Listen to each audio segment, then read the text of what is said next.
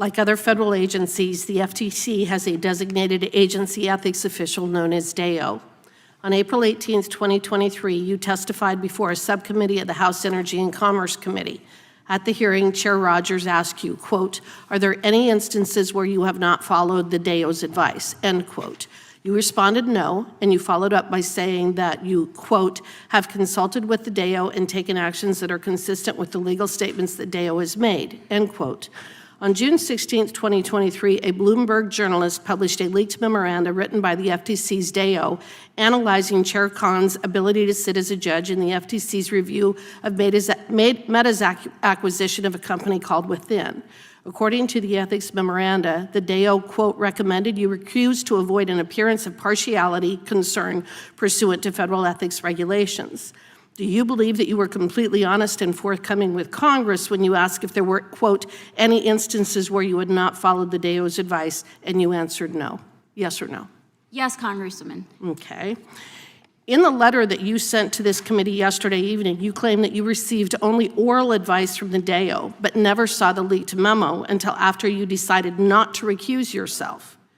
First, it is unbelievable to me that you would not ask for written ethics advice on this particular topic.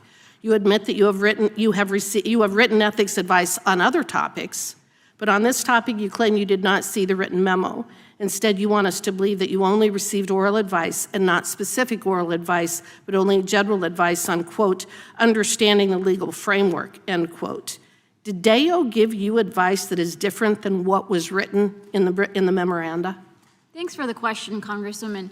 So my work before I joined the commission was focused on assessing the power of large technology I need you to companies. answer the question that I asked. The question that I asked was, did you receive different oral advice than what was written in the memoranda from DAO? So Very simple question. So I consulted with the ethics official.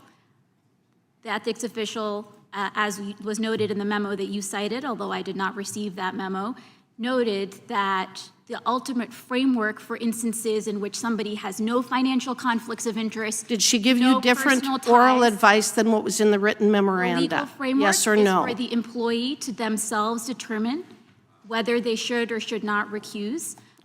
Did she give you different advice than what was orally than was in the written memoranda? Yes or no? Congressman, as was noted in the written memoranda, there was no ethics violation created by my participating in the matter. But you didn't follow the DAO's advice, did you? You could have recused at any time, couldn't you?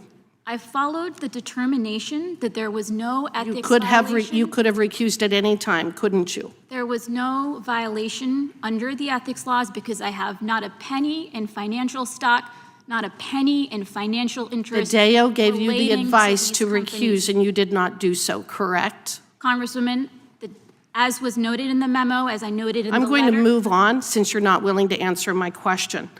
I read your 4-page letter, which was nothing more than an affront to your obligations of honesty, integrity, and candor before this tribunal that is owed by every public servant. And I would reference Part 2635 of the Code of Federal Regulations, which describes your ethics standards. I want to note that the ethics standards are actually higher than one owed by lawyers, which brings me to my next point. Do you expect lawyers at the FTC to follow federal ethics rules? Of course, everybody at the Federal Trade Do you expect lawyers at the FTC to be an active member in good standing of a bar of a U.S. state? If they're practicing as a lawyer, they need to be in good standing with the relevant bar rules. I understand that you were admitted to the New York bar on July 16, 2020, but in 2019 and 2020, according to your Senate questionnaire, you held yourself out as counsel for the Democrats on this very committee. You used this title, but you were not licensed to practice law. Counsel is a term reserved for lawyers, licensed lawyers. And in Wyoming, a person who in any manner holds themselves as competent to practice law without a license to do so is guilty of unauthorized practice of law. I believe the law in the District of Columbia where you held yourself out is similar. Do you believe it is appropriate for non-lawyers to claim the title of counsel? Congressman, when I had the honor to work for this committee, I complied with all of the document requests that the HR folks requested, including documentation about the fact When I checked your registration status this morning, I learned that you are not in good standing with the New York bar. Your license is listed as delinquent, which means you have failed to file your biennial registrations, and it means that you have not been paying your bar dues, completing your continuing legal education, and maintaining your law license. I believe it's shown on the screen. It also means you're subject to referral for disciplinary action. I find this situation to be stunning and a reflection on your ethics. With that, I yield back.